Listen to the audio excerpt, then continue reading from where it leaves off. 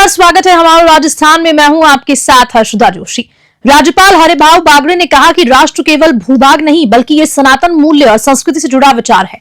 राष्ट्र प्रथम की भावना को प्रोत्साहित करते हुए उन्होंने कहा कि भारतीय संस्कृति को मिटाने के प्रयासों के बावजूद ये आज भी जीवंत है। रविवार को आयोजित नवोत्कर्ष विक्रम सावंत 2081 कार्यक्रम में उन्होंने प्राचीन भारतीय ज्ञान गुरुकुल परंपरा और नई शिक्षा नीति की महत्वता पर जोर दिया। उनका कहना है कि अपने गौरवशाली इतिहास और सनातन मूल्यों को सहेज कर की भारत को विकसित राष्ट्र बनाया जा सकता है। जयपुर से ब्यूरो रिपोर्ट। राजस्थान की पूर्व मुख्यमंत्री और भारतीय जनता पार्टी की राष्ट्रीय उपाध्यक्ष वसुंधरा राजे आज हवाई मार्ग से जोधपुर पहुंची। राजे दिल्ली से इंडिगो फ्लाइट के जरिए हवाई मार्ग से जोधपुर पहुंची। एयरपोर्ट पर बीजेपी पदाधिकारी व कार्यकर्ताओं ने राजे का जोरदार तरीके से स्वागत किया। इस दौरान राज्यसभा सांसद राजेंद्र गहलोत व पूर्व जेडीए चेयरमैन व सरदारपुरा विधानसभा बीजेपी प्रत्याशी प्रोफेसर डॉक्टर महेंद्र सिंह राठौर व मेघराज लोहिया भी एयरपोर्ट पर मौजूद रहे। एयरपोर्ट से श्रीमती राजे बालोतरा जिले के कल्याणपुर क्षेत्र में स्थित अराबा गांव के लिए सड़क मार्ग से रवाना हुई, जहां वे स्वर्गीय उमेद सिंह अराबा को श्रद्धांजलि अर्पित करेंगी। दोपहर को राधे बाली के मुंडारा क्षेत्र में जाएंगी, जहां राज्य मंत्री पोटाराम देवासी के निवास पर उनकी माताजी को श्रद्धांजलि अर्पित करेंगी। इसके बाद राजे सड़क मार्ग से पुनः जोधपुर लौट आएंगी। जोधपुर से मनोहर सिंह की रिपोर्ट। पुष्कर हाईवे पर आकोदा सड़क मार्ग के पास एक कार अनियंत्रित होकर खाई में गिर गई। शोभासर से निम्बी जा रही कार के सामने अचानक गाय आने से यह हादसा हुआ। कार में सवार 8 लोग घायल हो गए, जिनमें एक बुजुर्ग, 3 महिलाएं, 2 युवा और 1 बच्चा शामिल है। सूचना पर 108 एम्बुलेंस पायलट राकेश बजारनिया और ईएमटी अमर सिंह ने घायलों को राजकीय बांगड़ जिला अस्पताल पहुंचाया। प्राथमिक उपचार के बाद गंभीर रूप से घायल रहमत बानो और शाहीन को हायर सेंटर रेफर किया, जबकि अन्य को छुट्टी दे दी गई। डीडवाना से मोहम्मद साकिर की रिपोर्ट। श्री प्राणनाथ प्रणामी सेवा ट्रस्ट के तत्वावधान में 23 से 29 दिसंबर तक आयोजित सार्ध त्रिशाब्दी स्थापना एकता महोत्सव की तैयारियां अंतिम चरण में है। समारोह संयोजक अनिरुद्ध भंडारी ने बताया कि महोत्सव की शुरुआत 23 दिसंबर को तारतम वाणी की शोभा यात्रा से होगी। 7 दिवसीय महोत्सव में वाणी पाठ, मंगल आरती, प्रार्थना, पारायण, पूजन, कथा, प्रवचन, भजन कीर्तन जैसे धार्मिक कार्यक्रम होंगे। पीठाधीश हेमंत भाई भंडारी और अन्य संत गण प्रवचन करेंगे और कार्यक्रम मीराबाई स्मारक, चारभुजा मंदिर चौक पर आयोजित किए जाएंगे। मेड़ता सिटी से सुशील दिवाकर की स्पेशल रिपोर्ट। मीरानगरी मेड़ता सिटी के मीरा स्मारक में 7 दिवसीय श्री प्राणनाथ प्रणामी सेवा ट्रस्ट के तत्वाधान में विभिन्न धार्मिक कार्यक्रमों का आयोजन होगा। अभी मैं कथा स्थल पर मौजूद हूं, जहां पर कल आयोजित होने वाली इस धार्मिक कार्यक्रम की तैयारियां पूरी हो चुकी है और हमारे साथ खास बातचीत के लिए इस आयोजन समिति से जुड़े हुए पदाधिकारी मौजूद हैं। आपसे जानना चाहेंगे कि कल से 7 दिवसीय धार्मिक कार्यक्रम आयोजित हो रहे हैं, किस तरह के कार्यक्रम आयोजित होंगे, कहाँ से श्रद्धालु आएंगे और कौन कौन से संत भाग लेंगे। निजानंद संप्रदाय श्री कृष्ण प्रणामी धर्म के आद्य संस्थापकों में से एक महामती स्वामी श्री प्राणनाथ जी महाराज को मेड़ता आए 350 वर्ष पूर्ण हो चुके हैं। इस उपलक्ष्य में शारद त्रिशताब्दी एकता महोत्सव, सनातन धर्म की एकता को लेकर ये कार्यक्रम आयोजित किया जा रहा है। 7 दिवसीय कार्यक्रम है, जिसमें बाहर से अनेकों जगतगुरु, आचार्य, विद्वद्गण, संतगण, गुरुजन पधारेंगे और अपने अपने धार्मिक विचार, सनातन एकता को लेकर के, धार्मिक ग्रंथों को लेकर के प्रस्तुत करेंगे और सैकड़ों भक्तगण, श्रद्धालुगण अनेकों स्थानों से यहाँ आ रहे हैं, जैसे कि मुख्यतः एमपी, गुजरात, महाराष्ट्र एवं विभिन्न स्थानों से, देश विदेश से भी कुछ श्रद्धालु यहाँ पधार रहे हैं और 7 दिवसीय कार्यक्रम का इस मीरा नगरी में बड़े ही भव्यता और दिव्यता के साथ आयोजित किया जा रहा है। हम सब आनंद लेंगे। बिल्कुल। वैसे आपसे जानना चाहेंगे कि 7 दिवसीय यहाँ पर धार्मिक कार्यक्रम आयोजित हो रहे हैं, किस तरह के कार्यक्रम होंगे, कहाँ से श्रद्धालु यहाँ पर आ रहे हैं, इसके साथ ही पूरे 7 दिन के अंदर कार्यक्रमों की क्या रूपरेखा रहेगी। इस 7 दिवसीय कार्यक्रम में कल सुबह से शोभा यात्रा निकलेगी प्रणामी मंदिर से होते हुए, जो मीरा स्मारक तक आएगी और 24 तारीख को एक कैंप भी लग रहा है माहेश्वरी सेवा सदन में, जिसमें हड्डी, फिजियोथेरेपी और ये अपने दांत का, जिसमें 6 डॉक्टर अपनी सेवाएं देंगे। तो इसी कार्यक्रम का हिस्सा है, उसमें भी मरीजों की देखभाल, परीक्षण शिविर लगाया गया है। इसके साथ ही सुबह कथा होगी, दोपहर में कथा होगी और शाम को भजन कीर्तन किया जाएगा। और इसमें श्रद्धालु विदेश से भी आ रहे हैं, देश से भी आ रहे हैं और पूरे हिंदुस्तान से आ रहे हैं। यहाँ की स्थानीय भी है, माँ मीरा की धरती पर यह बहुत बड़ा आयोजन किया जा रहा है और प्राणनाथ जी की ये तपोभूमि रही है। 350 साल पहले यहाँ पे प्राणनाथ जी आए थे और यहाँ पे मंदिर 350 साल पुराना है। उसी को लेकर यह कार्यक्रम आयोजित किया जा रहा है, जिसमें सैकड़ों हजारों श्रद्धालु संत लोग आएंगे और लाभान्वित होंगे। बिल्कुल, मीरानगरी मेड़ता सिटी में शादियों से इस धार्मिक कार्यक्रम को लेकर तैयारियां पूरी हो चुकी है और पूरे देश भर से श्रद्धालुओं के आने का दौर शुरू हो चुका है। कैमरा पर्सन सीपी पुजारी के साथ न्यूज़ 21 के लिए सुशील दिवाकर की रिपोर्ट। डीडवाना जिले के चोलुका बस स्टैंड पर बजरंग चाहर पर गोली चलाने के प्रकरण में हार्डकोर अपराधी विजेंद्र सिंह इंडाली को हाई सिक्योरिटी के साथ एडीजे कोर्ट में पेश किया। उसे उदयपुर जेल से लाकर कोर्ट परिसर को छावनी में तब्दील कर दिया गया। एडवोकेट रामेश्वर भाकर ने बताया कि मामला 2013 का है, जब बजरंग चाहर पर हमला हुआ। 307 के तहत दर्ज मामले में अभियोजन पक्ष के बयान को ले चुके हैं और अब बयान मुलजिम की प्रक्रिया 4 जनवरी 2025 को पूरी हो जाएगी। इसके बाद मामले पर अंतिम बहस होगी। डीडवाना से मोहम्मद साकिर की रिपोर्ट। चोलुका बस स्टैंड में फोगड़ी के बजरंग चाहर के ऊपर हमला हुआ था। उस प्रकरण में विजेंद्र सिंह इंडाली को लेकर आए थे और इस फाइल में बयान मुलजिम होने थे, लेकिन कल बयान मुलजिम नहीं हुए। आगे तारीख 4/1/2025 नीति की गई है और उसमें बयान मुलजिम लेकर फाइल का डिसीजन होगा। ये मैंने बताया था 2013 में बजरंग चाहर के ऊपर फायर हुए थे। 307 का मामला है और अभियोजन पक्ष की ओर से संपूर्ण बयान हो चुके हैं और फाइल बयान मुलजिम की स्टेज पर आ गई है। बयान मुलजिम होने के बाद में बहस होगी इसमें। कोटकवदा क्षेत्र के रामनगर सीनियर सेकेंडरी विद्यालय के प्रधानाचार्य धर्मेंद्र कुमार मीणा ने विद्यालय में शिक्षा का स्तर और विकास को नई दिशा दी है। उन्होंने न केवल विद्यालय को शैक्षिक उत्कृष्टता की ओर बढ़ाया, बल्कि विद्यालय को एक नया रूप भी दिया। 4 साल में उन्होंने 100% परिणाम हासिल किए। पेड़ लगाकर विद्यालय को हरा भरा किया और कई भामाशाहों के सहयोग से वाटर कूलर, पानी की टंकियां, camper, tree guard, interlocking tiles और स्वेटर वितरण जैसी सुविधाएं प्रदान की। विद्यालय परिसर में सुसज्जित प्रार्थना स्थल पर और अन्य सुधार कार्यों से विद्यालय की सूरत बदली है। प्रधानाचार्य मीणा का ये प्रयास एक प्रेरणा है और जहां शिक्षा का महत्व और शिक्षक की भूमिका को प्राथमिकता दी गई है। महावीर स्वामी की खास रिपोर्ट। बीकानेर में श्री क्षत्रिय युवक संघ के स्थापना दिवस पर एक भव्य वाहन रैली का आयोजन किया गया। ये रैली नागनेटी मंदिर में रवाना होकर नारायण निकेतन तक पहुंची। रैली में पूर्व मंत्री भंवर सिंह भाटी, क्षत्रिय सभा के अध्यक्ष करण प्रताप सिंह, श्री क्षत्रिय युवक संघ के संभाग प्रमुख रेवत सिंह झाकासर, नवीन सिंह भवात और अन्य युवा सदस्य शामिल हुए। पूर्व मंत्री भंवर सिंह भाटी ने रैली के दौरान कहा कि क्षत्रिय युवक संघ समाज के युवाओं में संस्कार देने का कार्य कर रहा है। उल्लेखनीय है कि क्षत्रिय युवक संघ की स्थापना 22 दिसंबर 1946 को तनसिंह ने की थी और हर साल ये आयोजन क्षत्रिय समाज की ओर से आयोजित किए जाते हैं। बीकानेर से सुरेश जैन की रिपोर्ट। राष्ट्रीय उपभोक्ता दिवस के उपलक्ष्य में उपभोक्ता सप्ताह मनाया जा रहा है। इसके तहत आज कोटगेट से कलेक्ट्रेट तक उपभोक्ता जागरूकता रैली का आयोजन किया गया। इस रैली में सैकड़ों महिला और पुरुष उपभोक्ताओं ने तख्तियां हाथों में लेकर हिस्सा लिया।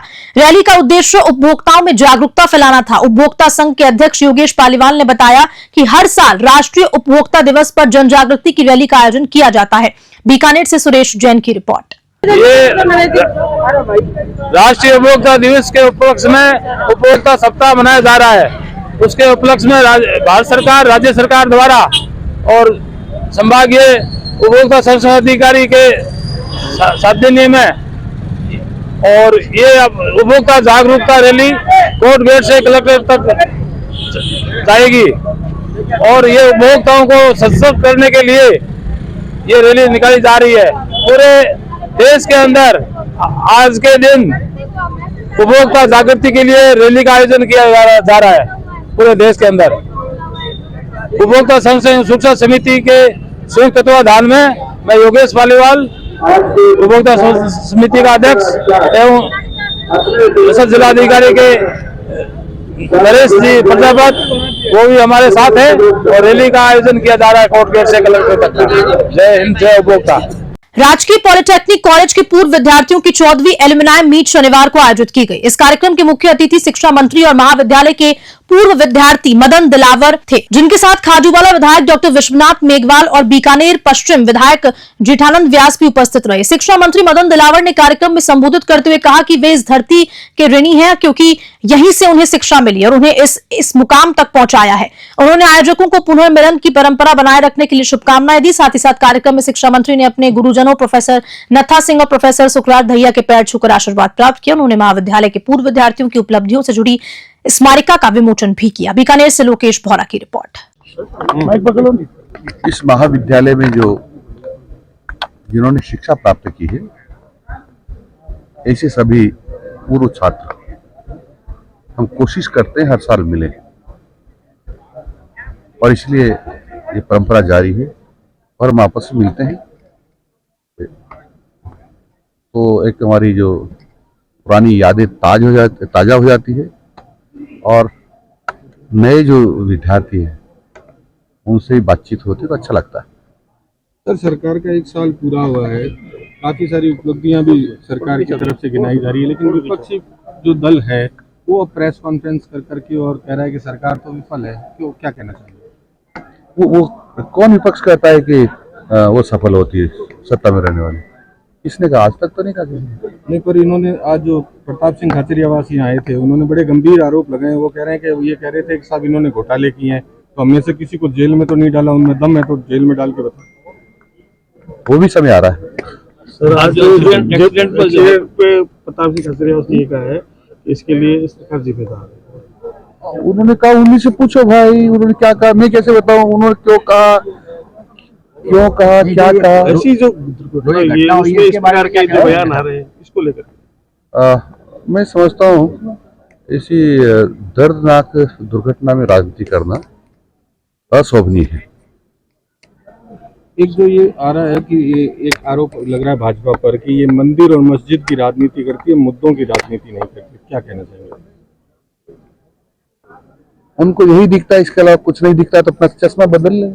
आज भीनमाल शहर स्थित बालिका विद्यालय में परीक्षा के समय पहले मुख्य द्वार बंद कर दिए जाने को लेकर छात्राओं ने जमकर नारेबाजी करते हुए परीक्षा प्रभारी के खिलाफ आक्रोश व्यक्त किया। छात्राओं का कहना था कि अध्यापकों की तानाशाही के कारण आज उनके भविष्य के साथ खिलवाड़ किया गया। छात्राओं का कहना था कि वे समय पर ही विद्यालय के द्वार तक पहुंच गई थी, लेकिन परीक्षा प्रभारी ने बिना किसी कारण के मुख्य द्वार बंद कर दिए, जिससे कई छात्राएं परीक्षा में बैठने से वंचित रह गई। विरोध करने के बावजूद अधिकारियों ने किसी की नहीं सुनी, जिसके बाद छात्राओं ने अपना दुख जाहिर किया और अपने भविष्य को लेकर गहरी चिंता व्यक्त की। भीनमाल से दाऊद खान की रिपोर्ट। पर यहाँ पर आने का 9:30 से 10 बजे तक, 9:30 पर 9:35 पर यहाँ पर टच हो गए मैं और मेरे सारे फ्रेंड। 9:32 पर यहाँ पर गेट बंद कर दिया था ना। उसके बाद रिक्वेस्ट की, सर भी यहाँ पर खड़े थे, बोले नहीं खोलेंगे। नए प्रिंसिपल लगे, वो बता रहे कि मैं नया प्रिंसिपल लगाऊं। पिछली बार दूसरे प्रिंसिपल ने उन्होंने 10:10 हुई थी, तो भी बाकी फ्रेंडों को अंदर जाने दिया था। आपको एग्जाम का टाइम क्या दिया हुआ था? एग्जाम का टाइम 10 से 11 बजे का एग्जाम का टाइम है। 9:30 पर यहाँ पर आने का, 9:30 पर गेट खोलने का टाइम है। 9:30 पर इन्होंने गेट बंद की है। मतलब कुल मिला के इनकी तानाशाही है। पिछली बार दूसरे प्रिंसिपल ने उन्होंने 10:05 हुई थी, मेरे फ्रेंड जब उनको भी अंदर जाने दिया था। बहुत सारी स्टोरी मैं उल्टी हुई थी, मैं भी इनको कभी फटा से मैं एक्टिवा बैठ के हम उसको लेके आए यहाँ पे, और हम आते हमने ना सर से रिक्वेस्ट की कि सर हमारा गेट खोलो, सर हमें अंदर एंटर होने दो। कभी सर हम गेट नहीं खोलेंगे। सर कितने 9:32 हो गई थी, इससे ज्यादा टाइम नहीं हुआ। मैं ठीक है, हमने भी सर को भी फोन लगाया और उनको जब उन्होंने भी दिया, उनके बाद ना पुलिस भी हम लेट आई यहाँ पे, और नहीं कोई बात हमारी रिक्वेस्ट भी नहीं सुन रहे, नहीं अंदर एंटर हो रहे। हमें एग्जाम देना है तो देना है, बस कुछ भी हो जाए एग्जाम देना है। एक दो स्टूडेंट लेट हो सकते हैं। आप कितने बजे गेट पे कितने बजे पहुंचे थे? हम 9:30 बजे इधर टच हो गए थे, हमारे मुंह पे गेट बंद दिया। आगे देखते लॉक किए सर ने, हमें आगे देखते लॉक किए ना हमारे। बोला सर गेट खोलो। अंदर तो कम स्टूडेंट है, बाहर जाते हैं, गाँव से आते हैं लोग, एडजस्ट करना चाहिए ना इनको थोड़ा बहुत। तो बिल्कुल भी एडजस्ट नहीं करते ये लोग तो। प्रदेश के राजस्व मंत्री हेमंत मीणा ने प्रतापगढ़ में पेंशनर समाज के वार्षिक अधिवेशन को संबोधित करते हुए एक महत्वपूर्ण घोषणा की। उनका कहना है कि जहां भी पेंशनर समाज के पास स्वयं का भवन नहीं है, वहां राजस्व विभाग भूमि का आवंटन करेगा ताकि वे अपना भवन बना सके। मीणा ने टैलिक साहू समाज मांगलिक भवन में आयोजित इस अधिवेशन में कहा कि सेवानिवृत्त कर्मचारियों के अनुभव से समाज और सरकार दोनों को लाभ मिलता है। उन्होंने पेंशनर समाज के भवन विस्तार के लिए विधायक मद से 10 लाख रुपए देने की घोषणा की और पेंशनरों की सभी समस्याओं के समाधान का आश्वासन दिया। इस कार्यक्रम में मीणा ने 80 वर्ष से ऊपर के वरिष्ठ पेंशनर्स और भामाशाहों का मेवाड़ी पगड़ी पहनाकर और शॉल उड़ाकर सम्मान किया। प्रतापगढ़ से तेजकिरण राठौर की स्पेशल रिपोर्ट।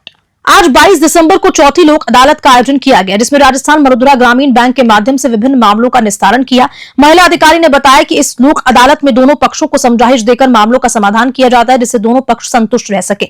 उन्होंने बताया कि पारंपरिक अदालतों में एक पक्ष का ही मामला सुलझता है, जबकि लोक अदालत में दोनों पक्षों को सुनकर मामले का निस्तारण किया जाता है।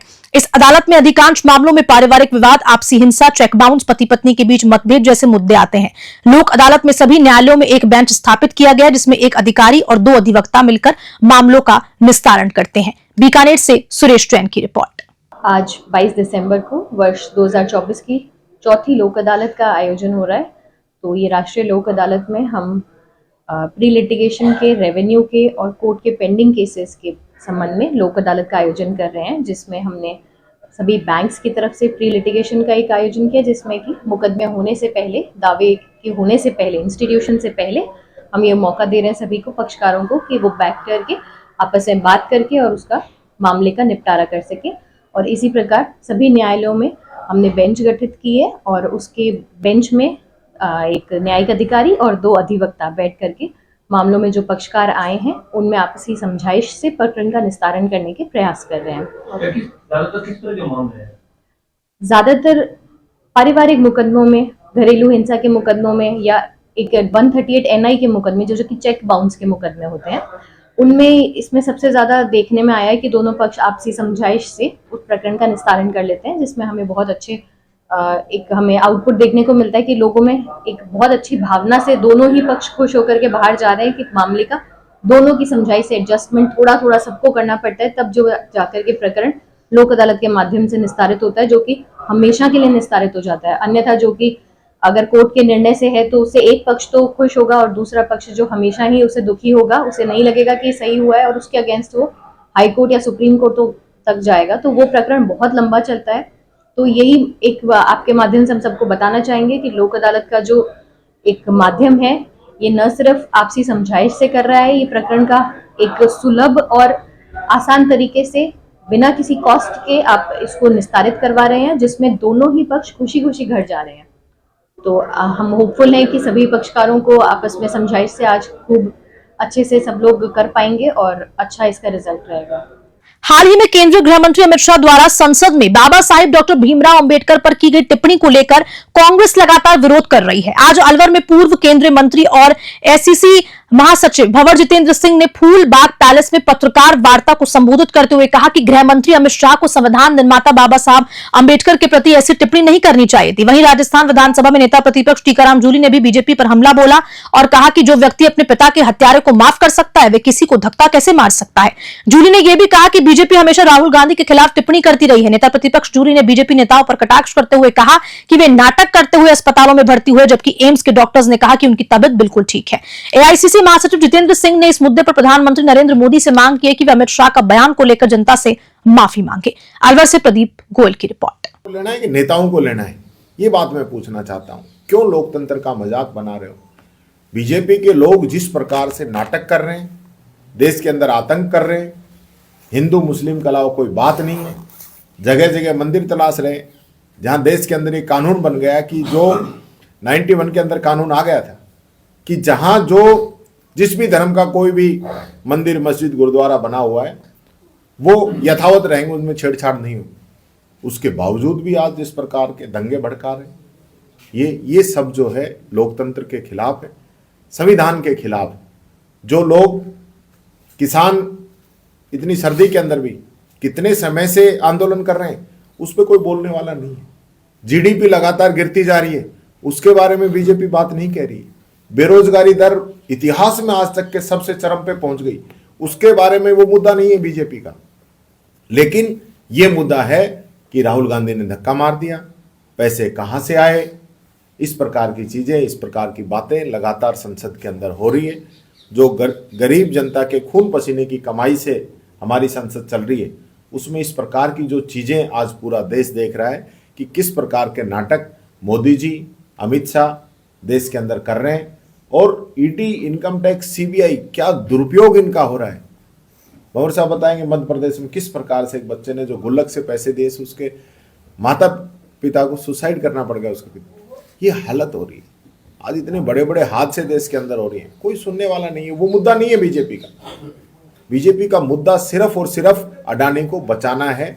जो मुद्दे जो चल रहे हैं उनसे ध्यान भटकाने की साजिश ये लोग रच रहे हैं। मैं ये कहना चाहूंगा, पूरी कांग्रेस पार्टी, पूरे देश की आम जनता, सब लोग इस मामले में अमित शाह से, पूरी बीजेपी से, पूरी बीजेपी सरकार से वो माफी मांगे, अमित शाह इस्तीफा दें, इस चीज की डिमांड कर रहे हैं। ये नहीं मानते हैं तो आंदोलन और तेज किया जाएगा, जगह जगह मार्च निकालेंगे, जनता के बीच में जाएंगे। और इस बात के लिए जब तक अमित शाह माफी नहीं मांगता है, इस्तीफा नहीं देता है, तब तक हम इसका पीछा छोड़ने वाले नहीं। आज ये बहुत अहम प्रेस वार्ता और हम आपके सामने निवेदन करना चाहते हैं कि जिस तरह से भारतीय जनता पार्टी ने बाबा साहब अम्बेडकर, जो एक सिर्फ एक व्यक्ति नहीं है लेकिन इस देश की आवाज़ है, इन गरीबों की आवाज़ है, उनके लिए जो अपशब्द देश की सबसे बड़ी पंचायत संसद के अंदर जो उन्होंने बोला है, उसकी हम निंदा करते हैं। पूरे देश की जनता, गरीब इसकी निंदा करता है और ये दर्शाता है कि भारतीय जनता पार्टी की क्या सोच है। भारतीय जनता पार्टी की सरकार 2014 के अंदर बनी थी और आप सबों को याद होगा साथियों कि सबसे पहला अध्यादेश इनने जारी किया जिसमें गरीबों की जमीन, किसानों की जमीन को किस तरह से एक्वायर करे, किस तरह से बड़ी बड़ी कंपनियों को दी जाए। एक बार नहीं, दो बार नहीं, तीन बार ये गजट नोटिफिकेशन लेके आए। माननीय राहुल गांधी जी ने, माननीय सोनिया गांधी जी ने उसकी लड़ाई लड़ी और पार्लियामेंट में पेश नहीं होने दिया और सरकार को वापस वो अध्यादेश लेना पड़ा। उसके बाद देखा कि 3 काले कानून, जमीन नहीं मिली तो जमीन की जो उपज होती है वो इन बड़ी बड़ी कंपनियों को हम देंगे। तीन काले कानून सरकार को वापस लेने पड़े, उनको झुकना पड़ा। मैं धन्यवाद देना चाहूंगा इस देश के सभी किसानों को, गरीबों को, मजदूरों को कि उनने इस सरकार को घेर लिया। कश्मीर से कन्याकुमारी तक हर जो किसान है, हर जो गरीब व्यक्ति है, उसने इस सरकार के खिलाफ आवाज उठाई। आज जो मुद्दा है वो बहुत अहम मुद्दा है कि बाबा साहब अम्बेडकर जिनने हमें ये संविधान दिया, देश की आवाज बनकर, देश का एक डीएनए, हृदय बनकर, और ये हमारा जो संविधान है ये सिर्फ संविधान देश के लिए नहीं लेकिन पूरे विश्व के अंदर उसका मान और सम्मान होता है। बहुत सारे ऐसे देशों के संविधान हैं जो हमारा बाबा साहब का जो संविधान है, उन्होंने जो हमें संविधान दिया है उसको प्रेरणा स्वरूप लेते हुए दूसरे देशों ने अपने संविधान बनाया है। उनकी प्रतिमा पूरे देश के अंदर लगी हुई है, देश के साथ साथ दुनिया में लगी हुई है। तो उनने जो ये शब्द बोले हैं, उनने जो एक इतने कटाक्ष शब्द बोलकर एक आम व्यक्ति के लिए, एक आम हमारे गरीब व्यक्ति के लिए उनका सम्मान के ऊपर ठेस पहुंचाई। हनुमानगढ़ से खबर है जहां उत्तम मैरिज पैलेस में संत रामपाल महाराज के सानिध्य में 1 दिवसीय सत्संग समारोह का आयोजन किया गया। इस अवसर पर संत रामपाल ने एलईडी प्रोजेक्ट के माध्यम से शास्त्र आधारित भक्ति का महत्व समझाया और समाज में व्याप्त कुरीतियों व बुराइयों का समाधान भक्ति के माध्यम से होने की बात कही। संत रामपाल ने गीता के अध्याय 4 श्लोक 34 का उदाहरण देते हुए बताया कि तत्वदर्शी संत की शरण में जाकर शस्त्र आधारित साधना करे कि मानव का मोक्ष संभव है। उनका कहना है कि ये संसार काल का जाल है जहां लोग झूठे सुखों की भागदौड़ में फंसे हुए हैं। इसका समाधान केवल तत्वदर्शी संत से प्राप्त सत भक्ति से ही मिल सकता है। हनुमानगढ़ से विनोद चौधरी की रिपोर्ट। पैलेस में सत्संग हो रहा है, वहाँ पर इकट्ठे हुए हैं। संत रामपाल जी महाराज के सत्संग के मुख्य उद्देश्य ये है कि जो हमारा समाज है आज बहुत गलत दिशा में जा रहा है। आजकल के बच्चे, महिलाएं सब सोशल मीडिया का बहुत गलत तरीके से इस्तेमाल कर रहे हैं। उसी टाइम पे संत रामपाल जी महाराज के शिष्य सोशल मीडिया पर सत्संग का प्रचार करते हैं। कैसे हम अपने देश को, अपने सारी दुनिया को कैसे दहेज से मुक्त और इन कृतियों से बचा सकते हैं ये बताते हैं। जैसे कि आजकल हम देखते हैं कि शादियों में बहुत दिखावा किया जाता है, दहेज के लिए बहुत सारा पैसा लगाने के लिए माँ बाप कर्ज में डूब जाते हैं, बच्चों को मार दिया जाता है। वहीं पर संत रामपाल जी महाराज के ज्ञान आधार से संत रामपाल जी महाराज के अनुयायी दहेज मुक्त शादियां करवाते हैं। प्रत्येक जहाँ भी सत्संग होते हैं वहाँ पर शादियां होती हैं जिसमें 1 पैसे का भी दहेज ना लिया जाता है ना दिया जाता है। आज हनुमानगढ़ टाउन शहर के उत्तम मैरिज पैलेस में सतगुरु रामपाल जी महाराज का 1 दिवसीय सत्संग सेवा शुरू है, जिसमें सतगुरु रामपाल जी महाराज की दया से कल शहर के विभिन्न वार्डों में और आसपास इलाके में पुस्तक प्रचार सेवा करके सत्संग के लिए निमंत्रण दिया गया और जनमानस को पहुंचकर आज सत्संग का आनंद ले रही है अंदर।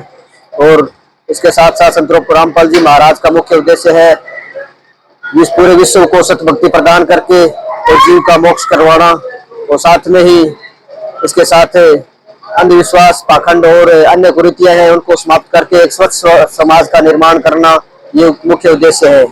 इसकी ओर सतगुरु रामपाल जी महाराज प्रयासरत है और ये सफलता की ओर अग्रसर भी है। और इसी खबर के साथ हमारा राजस्थान में इतना ही। नमस्कार।